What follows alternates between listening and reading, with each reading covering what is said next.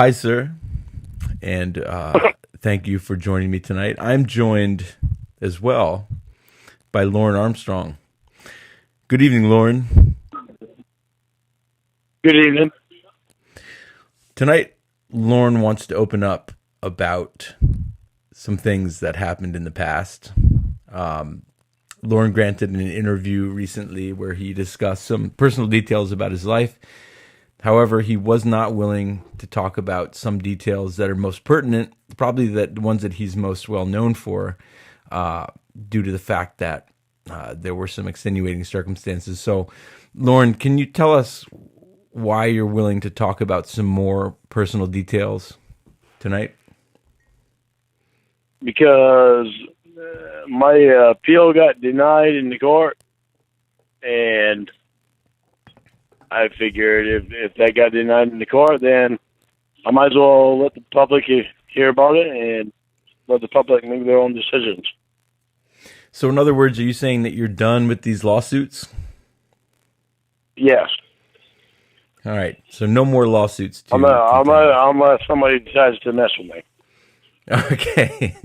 But the lawsuits against NBC, everything else, those are done.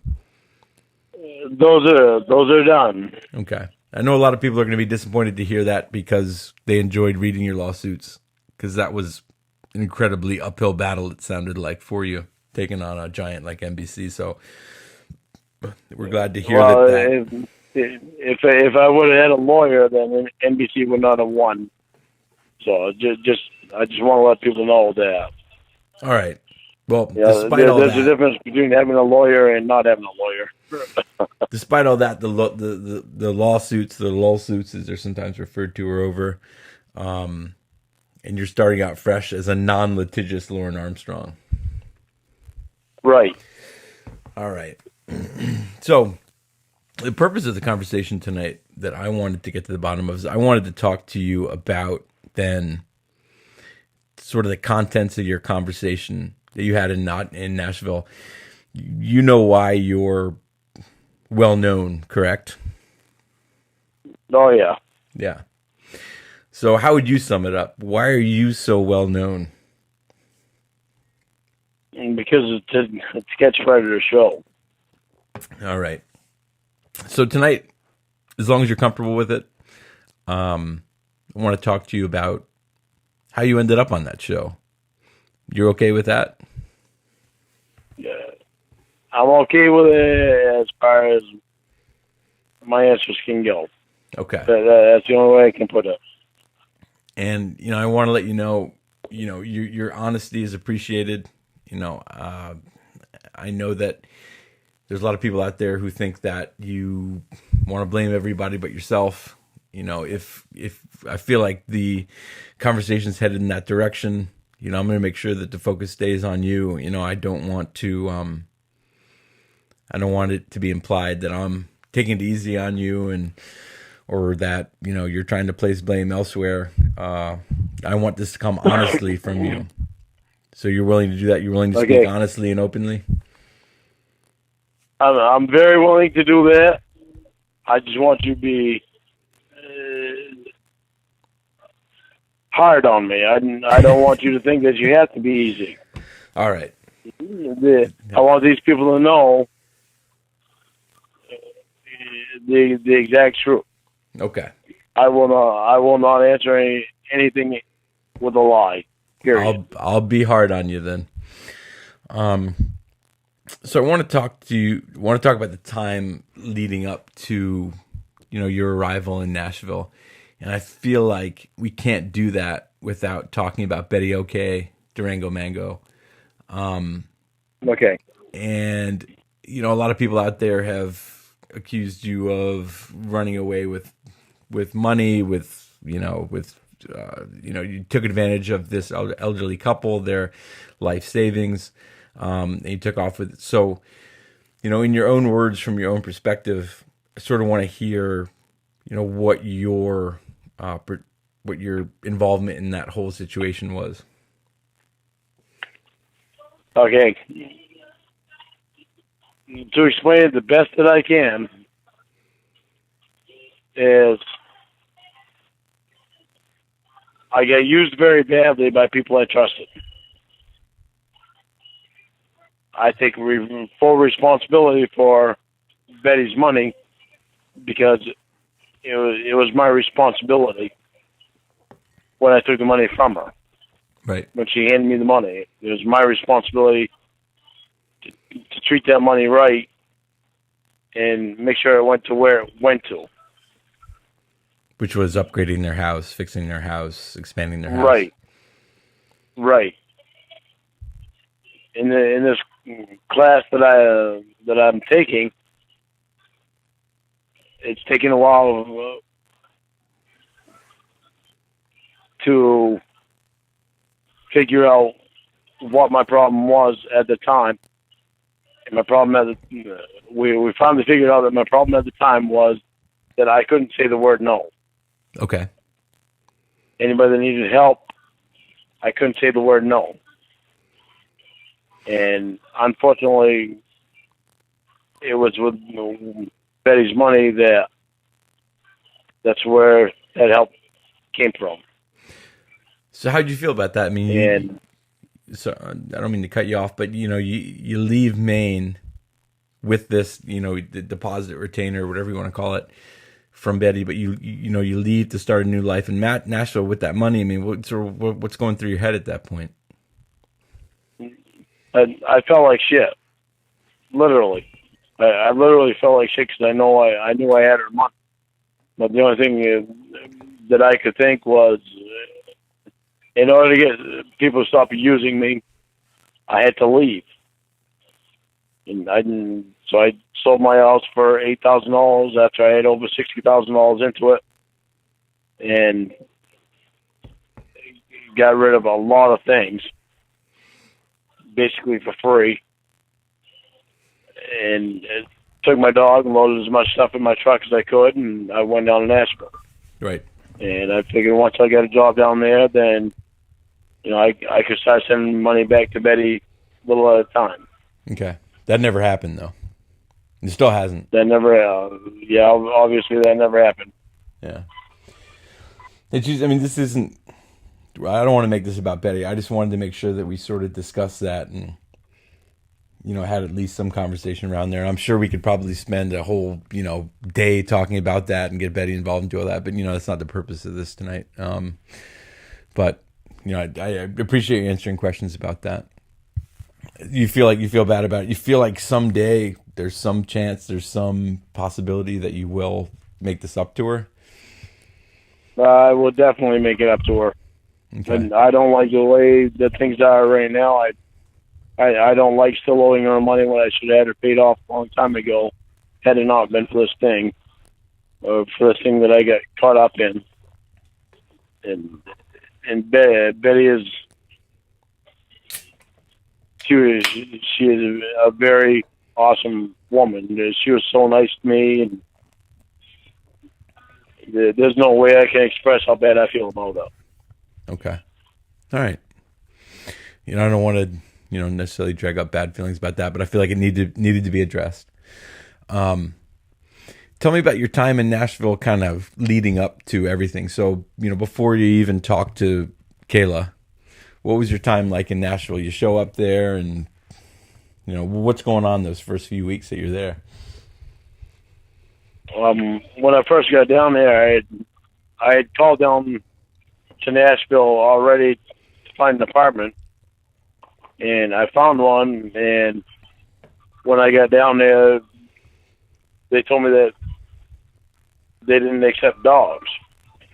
Mm-hmm. And the person that I had talked to before I went down there said they do accept cats. And so I couldn't stay there because I had Bud. Right. And I certainly wasn't going to give my dog away because I was really close to my dog. Bud wasn't still means everything to me. Right. So you found Hickory Woods then eventually? What's that? You found Hickory Woods. Yeah. The place you were living. Yeah. Yeah, I went looking around that day. Well, actually, I stayed in the hotel room for 2 nights before I wound up finding Hickory Woods. Mm-hmm. And I got an apartment there. And once I got an apartment there, I found a job at a place that they make cold calls. This is the for concerts. yeah. They make cold calls for concerts, and they a percent. Well, it's actually supposed to be for the fire department. Well, they get a certain percentage for the fire department, and then a certain percentage has to go to everywhere else that it has to go to. Right, like you. Yeah. Right, for the people that do the cold calls and for the concerts and stuff like that. And then after that job there, well, I didn't like that job. And did you so sell any tickets? That job. Did you sell any tickets? I sold very few tickets. Okay. Because you have to actually believe in the place that you're working for, and before you can sell anything. The guy that was my boss dressed like a slob and looked like a slob, and just seeing that, I just couldn't believe in him. Right. So I just quit that job and I went and looked for another job, and that's when I got the job with the construction company, working at the church, building the church, and then that's when this thing happened. Right. So leading up, so you're getting a little ahead because we're talking about, we're focusing a little on the conversations that you had in the meantime. So I feel like, you moved to the city. So, you lived in Alaska, you lived in Washington, you lived in Canyon, Maine. What was it like sort of being in Nashville for the first time? I absolutely loved Nashville. It was just perfect city. And emotionally, how was it for you? You're showing up there, you're alone. How was that? Emotionally, it was a different thing because it didn't. I didn't feel like I had my family's full support. I didn't feel like I had my friends' full support. I felt like to them it was a joke, and when it was something that I had always taken very seriously. Right. And this is going there, you want to sing, you want to do that. Right. All right. So that kind of leads me into my next question, which is, you're on the internet that first night, the first night the chat begins. What were you doing on the internet that night? I was in an adult chat room. An adult chat room. And yeah. And I just doing what any other person was doing in there, just chatting with people. Okay. So an adult chat room, what's sort of is it highly sexualized? Is it, what's kind of the... No. It's just a lot of different talk about different subjects, political, not political, sports, just a variety of different subjects. I can't remember exactly what I was involved in talking with it, or if I just watched in, or I can't remember exactly what was happening at the time. But okay, I know it was a long time ago. The normal room that I usually went in. Okay. So you're in the adult chat room. Were you talking to anyone in particular? No. Okay. So I think I had just gotten in there that night. That night before when I met her, quote unquote Kayla. Right.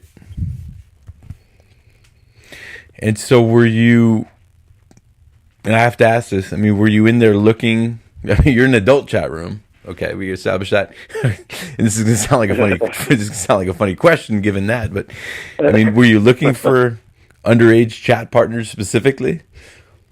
Well, like you said, it kind of answers its own question. I know, but I had to ask because that's and we've heard it. We've heard it on the show before. They were in a gay chat room, or they were in an adult chat room, or blah blah blah. So. All right, I just had to ask it. So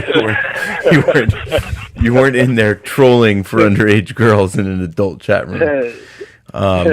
No. If I was trolling for an underage girl, I wouldn't have been in an adult chat room. All right. So what? And that's kind of implied in the Chatlog too, because you say, people talk about this and here and that and stuff, and so I think that's kind of implied that you were in an adult chat room. So that's not, That's just that. Right. That's honest. You weren't looking for underage kids. Obviously, you're in an adult chat room. There's another decoy too that got brought up. Disney Girl. Do you have any recollection of that? Somebody named Disney? I don't have a clue. I don't have a clue who Disney Girl is. All right. I mean, is that new to you? Am I bringing up something new, or is that? That's very new to me because I never even heard of her. So perverted justice implies in the blurb where they talk about, and there's no, as far as I know, there's no chat log to confirm, but they say that you chatted with another perverted justice decoy whose screen name had something to do with Disney Girl. So. Right, because I've never heard of Disney Girl. All right, so I don't. That's I'm bringing it up because it's it's part of the perverted justice setup. Okay. All right. We'll leave it at that. That's why you're bringing it up, because of perverted justice setup. Okay. All right. No, I'm asking you. Oh, you're asking me? I'm asking you, brother. So part of the little blurb that they give about Lorne Armstrong on the perverted justice site says that you chatted with another underage decoy. Obviously not to the extent, and obviously didn't show up to meet them or do anything else.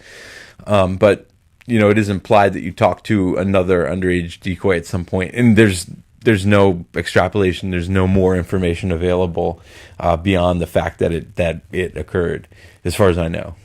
And, maybe someone will correct us, but let me state right now to everyone about perverted justice. Perverted Justice got paid $100,000 for every show. They were paid to lure people in. Now they're on the hot seat,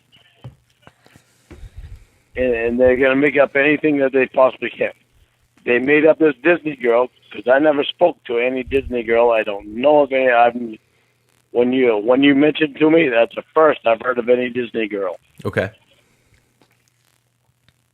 Xavier Von Erck has some serious issues, and I'll bring a lot more to light later on about perverted justice and Xavier Von Erck, a.k.a. Philip Eade. You're always promising later on. That's fine, and we know that later on because I can deliver. No, I know, and to your credit.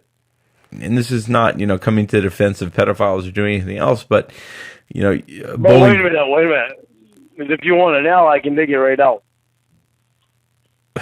No, this is not about that.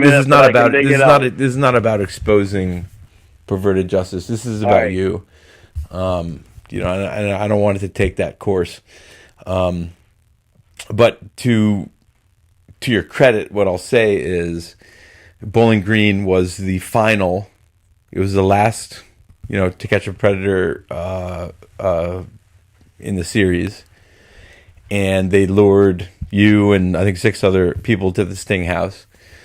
And maybe they were getting a little desperate at that point. Maybe at that point people had caught on, they were being more careful, and they had to resort to more desperate tactics. I don't know, or sensationalize it a little bit more. It's been implied, and I'll give a little credit to that. So, maybe they did, add in some details to spice things up. Some. But some. I had a question mark on that one. Some. All right. Well, we'll blow the roof off of Perverted Justice sometime down the road. It sounds like. So what drew you So you initiate this conversation with Kayla. What kind of drew you into that? To begin with, what was your kind of intention there? My initial intention was just to be nice to her, right? Because nobody else in the chat room would talk to her, and I felt bad for her, and I just wanted to give her someone to talk to. Right. Okay. And that's all there was to that. So,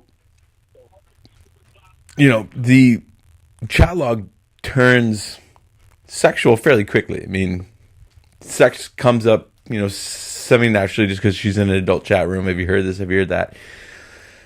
But it turns sexual pretty quickly. What's your explanation for that? You brought sex into the equation. What was the purpose there? Okay. As far as me bringing sexual stuff into the equation fairly quickly, I really didn't bring it into it very quickly because I never even wanted to mention it, and that was never my goal. My goal was honestly just to be a friend to her, but at the time, I couldn't think straight about anything that I was doing. And once she started talking to me and letting me spill out my stuff,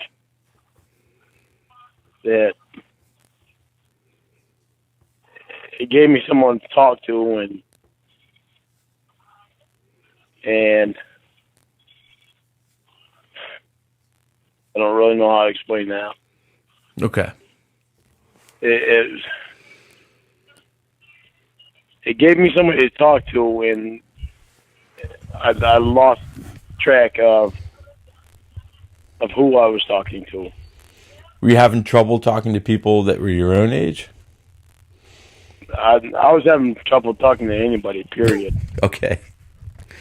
Literally. Because, and this is maybe not the initial thing, but, I mean, it's something like 40 minutes in, you ended up exposing yourself on webcam. And it's a 13-year-old. What's going through your head when you're doing that? What are you thinking about? I can look at the Chatlog again because I don't think it was 40 minutes in because it seems like it was over a couple of days. I think it was the first night. And I think it was within that first 40 minutes. I'm just telling you. I'm telling you the information that's out there. Maybe it's 2 days later. Maybe it's not. But it happened at some point. So, I guess kind of. See, my problem is I don't want to lie because it's almost 10 years ago. It's almost 10 years ago that it happened. Yeah. But I don't want you to lie. The last thing I want you to do is lie. But if you have trouble recalling things, that's okay. And you're right. It is over 10 years ago. A lot's happened in between now and then. Remembering what happened in an exact minute or how many minutes it took for something to happen, I get that. But well, that's the thing is, I have a hard time recalling that stuff because it's been 10 years ago, and I don't want to lie to people. I know, but it doesn't seem to, from what I can remember, it seems like it was over a couple of days. It didn't seem like it was that same day. Okay, we can leave it at that. That's the way it's presented. No, we'll come back to it because I know people want to know the stuff, and I don't want to be dishonest to anybody. Yeah, no, and I know you don't. So I can tell you don't. I need a chance to look at the thing to remember that it was. I need a chance to look at the transcript to remember that the time and what I was saying at the time, so I can try to remember, what was going on exactly at the time. That I don't know. The timing has everything to do with it. It doesn't seem like it was that first day that I did that. Okay. I'll leave it there. Another thing, and these are kind of consecutive questions that have to do with the same thing, but in your conversations with her, and because we as Lornographers and we as people who have studied the Chatlog and who have gone through it, she responded with yeah, Kay, cool, to a lot of your sexual advances. So you're talking about touching and penises and doing stuff like that, and that yeah, Kay, cool. She wasn't necessarily engaged, is what people, have done analysis on and other things. Like, did you pick up on that at the time? No.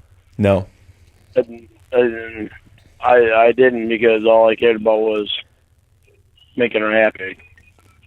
Okay. Giving her what I thought she wanted. So there's Yeke goals. And, you mentioned this specifically in your lawsuit, is that you explain how she used female powers. And a lot of people have talked about her using her female powers in sort of, a negative light against you. Like that's a moment of ridicule, would be like, how does somebody use their female powers? Or what was this girl Kayla using female powers? Like how can you explain that? Because that's more recent, at least. You must have a firmer grasp on that. Like, what were the female powers that she was using on you? Oh, God, that one is a hard one. I know it is, but Lorne, you just got to be honest. Just because, well, it's hard just because I don't mean to. I don't even know how to put that. You put it in your lawsuit. You could have been asked to explain it in court one day. Well, back then I could have explained it. No, we're not talking that long ago now. It's been a while. We're not talking that long ago. 10 years, it's quite a while. All right, I'm going to edit this part out. And I'm going to give you a hint. But this is the part where you're lonely and she would talk to you and other people wouldn't, and you felt like that was an incentive for you to keep talking. Okay, because you lost. You lost me on using female powers. I was like, "What the hell did I do to you?" You use that in your lawsuit. Yeah, but I can't remember what stuff that I put in my lawsuit, because I've had so many things since then. Yeah. As far as female powers go, she gave me somebody to talk to, because people had not talked to me at the time. People of age, you're saying? Yeah, my family, my friends. There's so many people that I needed to talk to me about things that was going on, and I had questions that I wanted answers of why. Of why did they keep coming to me? Right. Which I'm not going to go into detail on that, but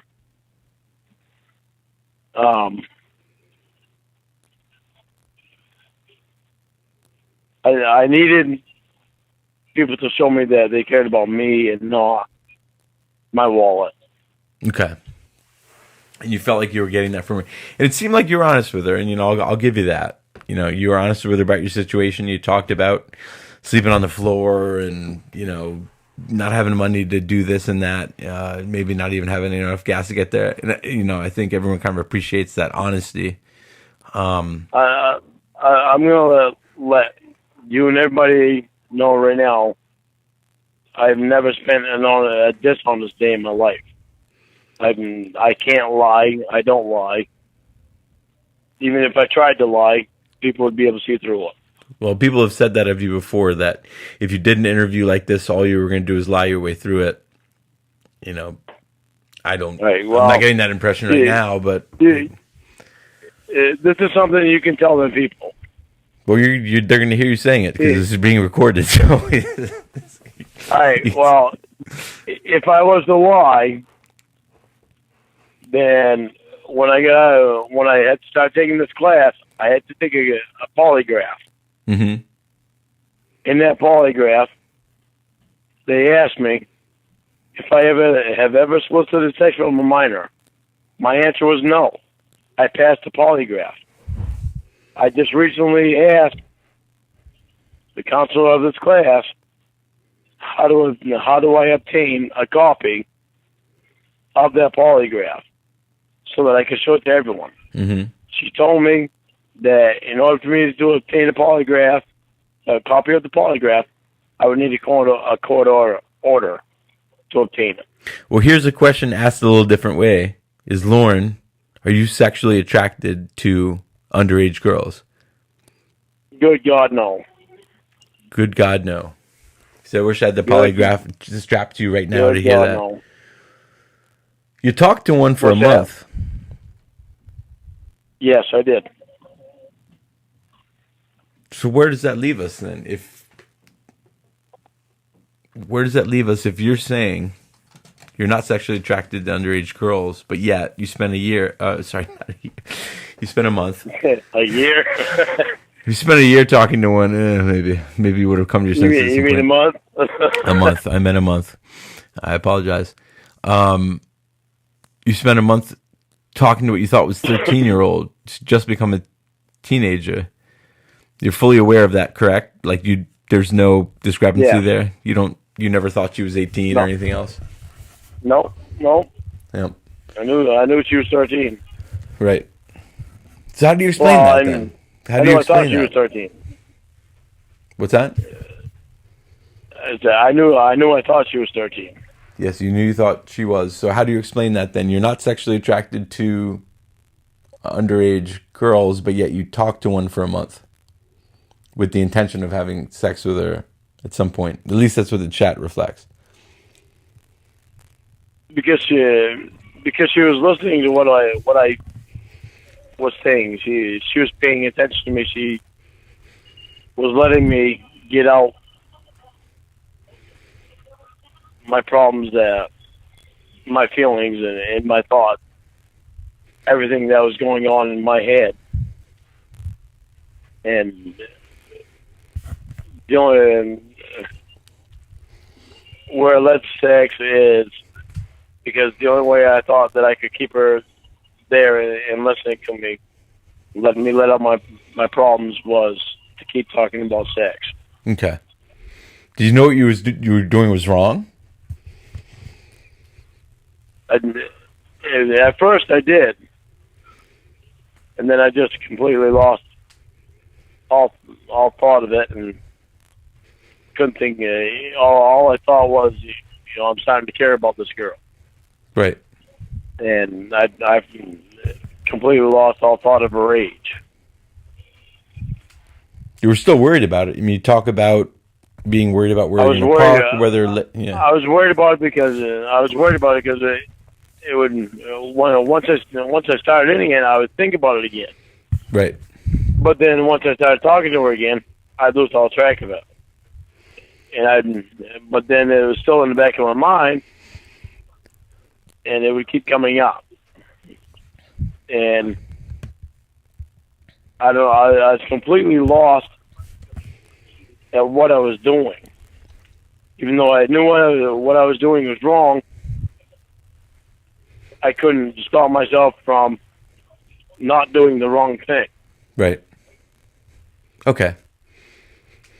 I mean, so every night you end these chats at some point, late at night, what do you think about when you stop chatting for the night? Like, you went to bed, you're not on chat anymore, you're going to sleep. What was going through your head? Going to the bar. Okay. Seriously.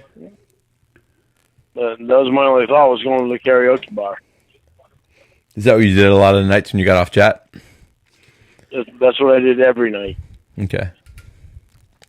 And I tried to stop chatting sooner so I could go to the karaoke bar. Okay. seems like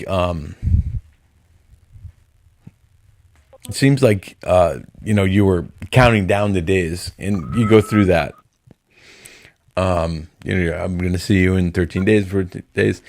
Did you have any apprehensions about meeting this person, despite the fact that you seemed really excited about meeting this girl? I had a lot of effort, and I didn't want to go. You never even meant to do it, is what you're saying. Huh? You never even meant to do it? Yeah, well, what people are getting a big kick out of is I never meant to do it. Well, point blank, I never freaking meant to do it. How hard is that to explain? Kind of hard if you've, spent a month chatting to somebody and it's highly sexualized and you're, seem excited about the prospect of meeting them in person. It's a little hard to explain, but... Okay, it's open. Not hard to explain.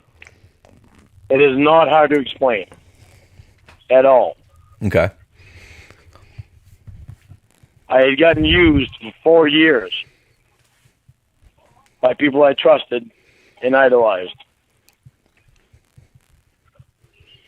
After that long of a time, you wind up thinking, does anybody even care about me? Okay. That's where that led to. That's why once I started talking to her, I felt like somebody cared about me, and I didn't want to lose it. Okay. That's the only reason I kept talking to her. And that's the only reason that I even went to the house. I didn't want to go to the house still, even when I went to the house. Even when I was halfway at the house, I wanted to turn around at the closest exit that I could find.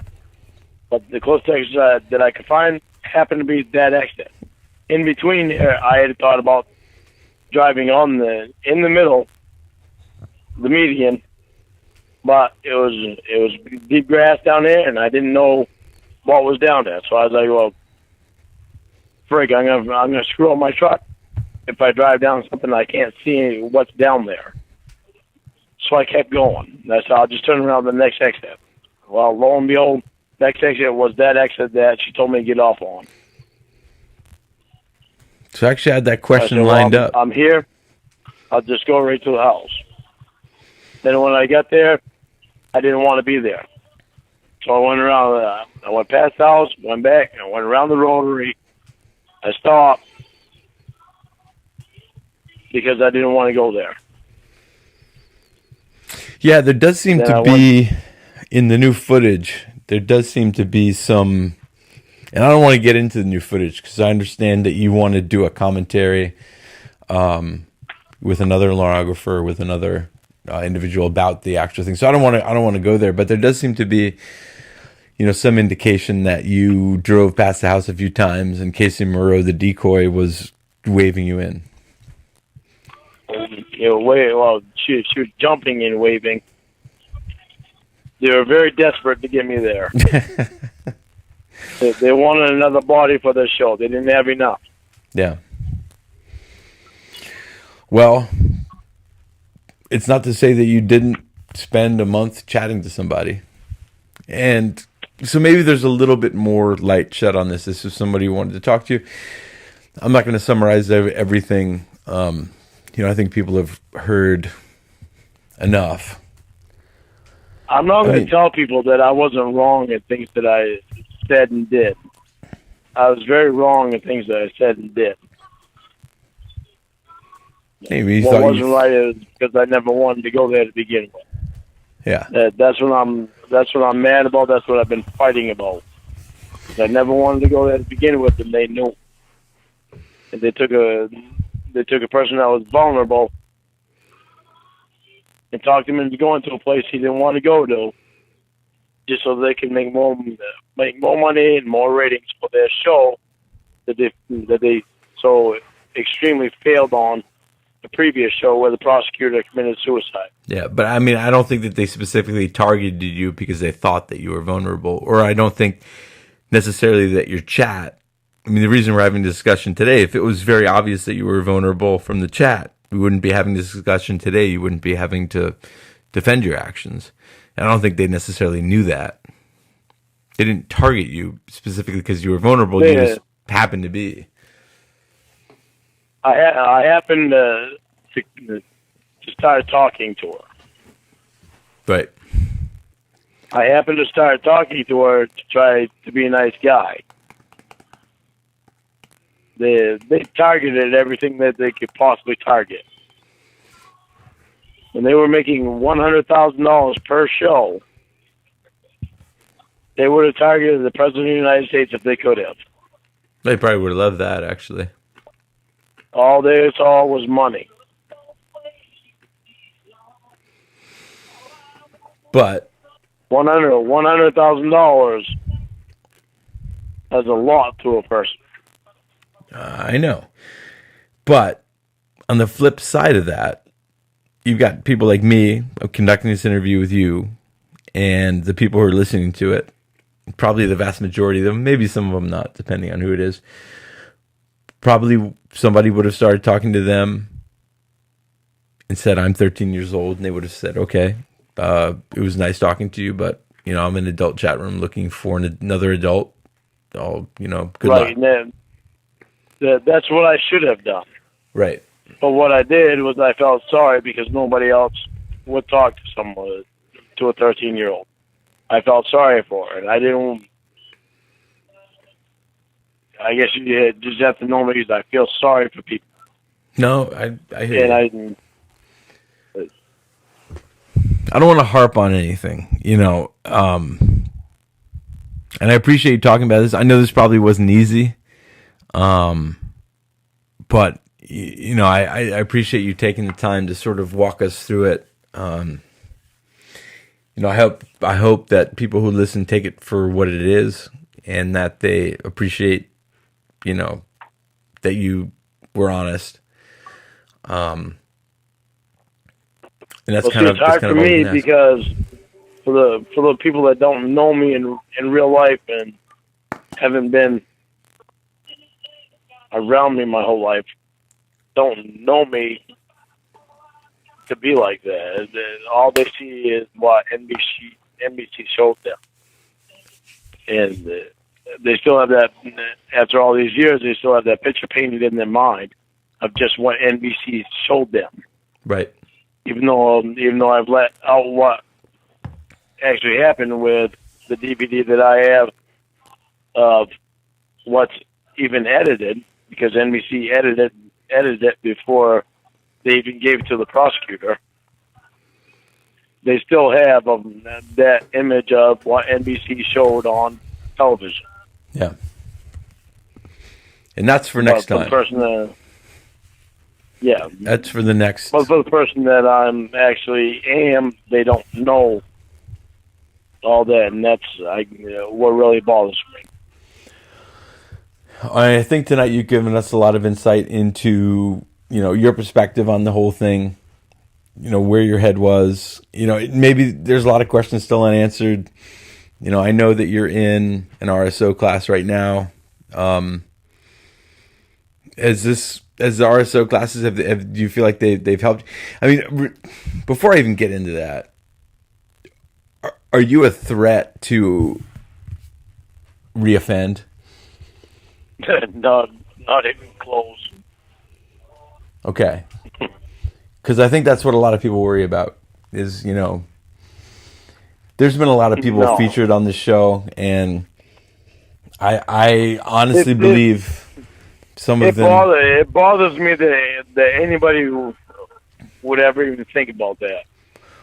Well, because why wouldn't they? I mean, if you did it one time, what's to say you got caught? And I understand everything of why they wouldn't be bothered by it.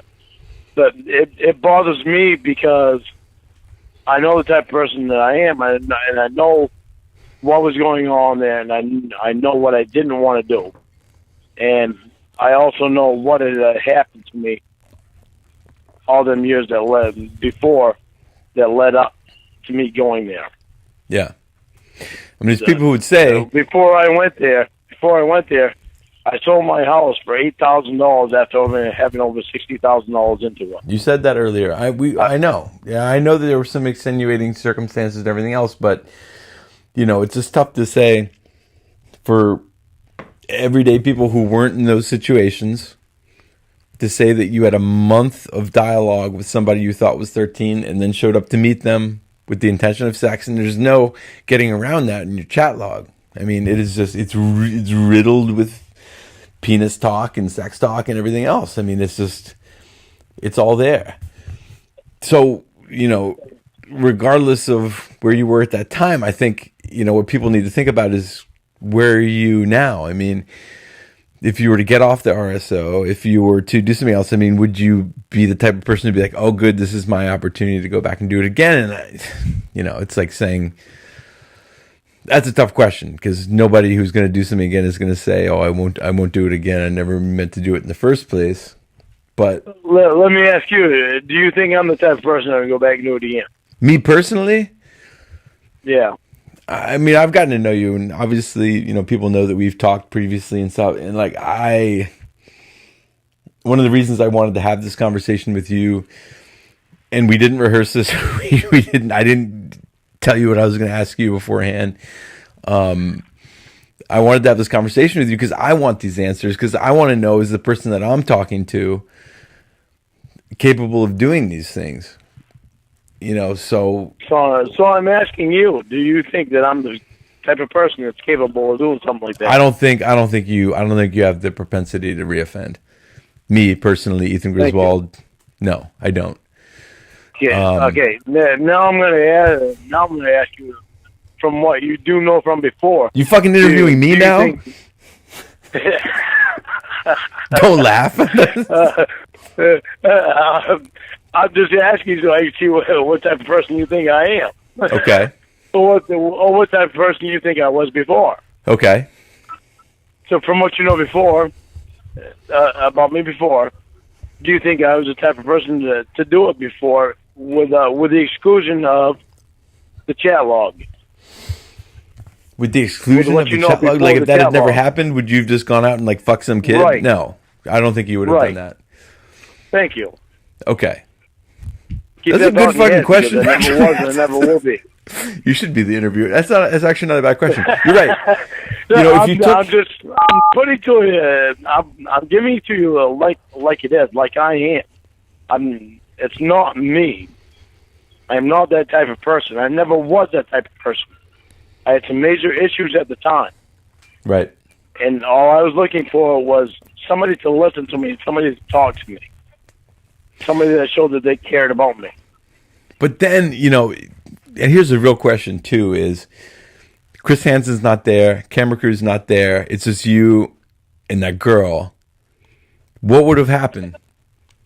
I never would have been able to do anything. You asked her for a kiss? I meant on the cheek, but I never said anything after that because I knew what it would turn out to be. So then you're keeping yourself out of trouble. Then you're keeping yourself out of trouble because you knew it was going to turn out to be. But no, you spent a month talking about sex with this person, and you show up there. I know. I'm not going to play off like I don't know what it didn't sound like. I know what was in my head. And you want me to be honest, and I'm being honest.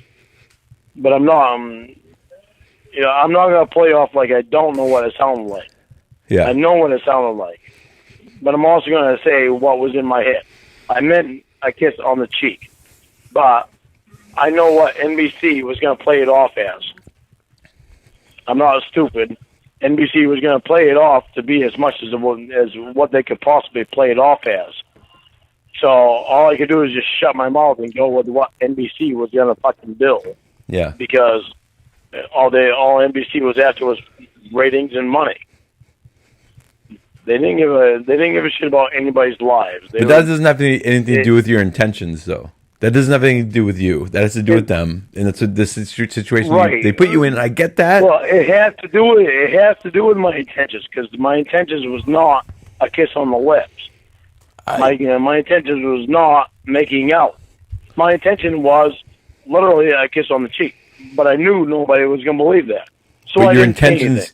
intentions leading up to that night in the chat were penises and vaginas and all kinds of stuff. I know. Well, no. So what I'm saying to you then is, I'm not gonna say my intentions. yeah. I mean, what? I mean, My talk. And you asked me before, if you exclude the chat and let's say even the phone calls, if you just like met some 13-year-old in the street, would you try to rape them or something like that? Hell no. No. Yeah, I don't think that. Good God, no. And I get so quiet when I meet anybody in person. I have to talk to them over the phone for the first time. Yeah, you seem. I mean, it's I don't want to bring my impressions too much into it. There's a difference between talking over the phone and because you have a barrier between you. Yeah. But once you meet a person face to face, that barrier is gone. Are you saying that the internet and real life are two different? It's just the thing with that fucking kiss. I honestly meant a kiss on the cheek. Yeah. I want you to pick that up. You and Sam are going to talk about that. I didn't try to fight anything. You and Sam are going to talk about that. I have one more question, and then we're going to wrap up. Okay. And it's about the you've talked about missing pages from the chat log. We're talking about the chat log tonight. Do you think that you said there's supposed to be a certain number of pages, there were other pages. Do you think there's actually content missing, or just the pages were edited to be different sizes? I think both. Do you remember saying things that you think were not included in the chat log? I remember saying things. I remember things being in there that I did not say. There's supposed to be 407 pages, and there's 249. No, it's 407 pages. Depends on how it's edited or spaced or whatever. But you're saying printed out. There's 249. There's some of those pages that are not full pages. Some of them are half pages, and some of them only have a couple of lines on them. There's supposed to be 407 pages. If it was just a few pages difference, I could understand that. When you go 149 pages that are not there, there's some major issues there. But the point is, you talk about not remembering certain things that happened 10 years ago. But is there something in your mind that tells you do remember certain things that weren't included in the chat log? Because that's kind of hard to believe. If I read through the chat log again, then yeah. Because I don't have everything right in my mind at the time. But if I was read through it again, then yeah. So what do you think they excluded? I know well, I can't tell you exactly because I'm not reading through the chat log right now. Okay, so that's okay. Basically, I was saying if you sat there and said, no, I don't want to come. I don't want to come to the house. And that was included in these pages that aren't there, I would have a hard time believing that because suddenly you're recalling something that you said that, you couldn't recall why you did other things. Well, see, I did tell him I was straight that I didn't want to go several different times. And that's not in the chat log. It's in the chat log. No, there's nothing in the chat log that says you don't want to go. There isn't. There's nothing in there that says that if I was to go there, that I'd wind up spending years in jail. I don't think so. No. There is. In mine there is. In mine that I get from the prosecutor, there is. What the public has seen is a completely different thing. Well, maybe that's a whole new bombshell for us. Maybe that's another, piece. Maybe that's something else that you need to release, that you need to send to Ember and get out there. You've never seen anything like that? I don't believe so. We'll have to check with Nathaniel. Yeah, he knows everything. Yeah, that's a good one. That's a good one to check with. That's your buddy, man. Oh yeah. Well, look, I appreciate your feedback tonight, and I appreciate you, hanging in there with these questions. Really, my goal is to get to the bottom of some of this, and to get you your honest opinions and feedback and responses to some of these questions. So I appreciate you doing your best with that, Lorne, and I'm hoping that this conversation is meaningful both to you and to the people who listen to it. So I want to thank you for engaging this conversation with me tonight. Okay, I have. You can edit this out. I have a question for you. I'm not editing anything. Go on, ask me a question. You're not in coherence with Nathaniel, are you? Fuck no. What do I have to? All right. Yeah, you told me you talked to him a couple weeks ago, and I'm like, wait a minute. No, Lorne, I'm in coherence with you. I will edit this part out. All right. I'm hoping you do, because I don't want. No, I talked to him. I wouldn't look. Hey, if I was cohorts with him, or I wanted to do something bad to you, or I wanted to make you look bad, do you think I'd tell you I was talking to him? Like God Almighty, he. Well, that's true, but you told me you talked to him. There's just dawned on me, what the fuck is Nathaniel been saying to him? Here, wait. Let me let's record like a wrap up on this, and then I'm going to turn the recording off, and then we can start talking again. Okay. Okay. All right. So, Lorne, I want to thank you for joining us tonight. I know you sort of, bared your soul with a lot of this. You talked about a lot of things that were very uncomfortable. So I wanted to thank you. Also, is there anything that you want to say, before we wrap this recording up and post it on YouTube? Just that I apologize to everybody for the mistakes that I made in my life. You don't owe anyone an apology. I do owe people an apology, because this is not how I want my life to turn out. I know it isn't. This was not the dream that I had when I was a kid. The dream that I had as a kid was what I went down to Nashville for. I didn't go down to Nashville to get on the internet and meet up with some fucking 13-year-old. I didn't want to be on NBC. I didn't even know who Chris Hansen was. He was offended by me not knowing him. And quite honestly, I would love to meet Chris Hansen in a boxing ring. And I would actually love for Xavier Varner to be there at the same time, and for Nathaniel to be there at the same time. That way I could whip all three of their asses at the same time and get it over with. Well, that's not going to help your legal status, but I would like to see it. Not going to help my legal status, but it'll help my frustration. All right. Well, thank you, Lorne. Bye. Sorry, go ahead. I was just going to say, but as for everybody else in the world, I completely apologize for being caught up in the whole thing. I'm sure you do. Well, thank you for being here tonight. And with your permission, I will post our conversation. And hopefully it will, bring some more exposure information to your already intriguing case. Thank you too, Ethan. All right. Have a good night, man. You too.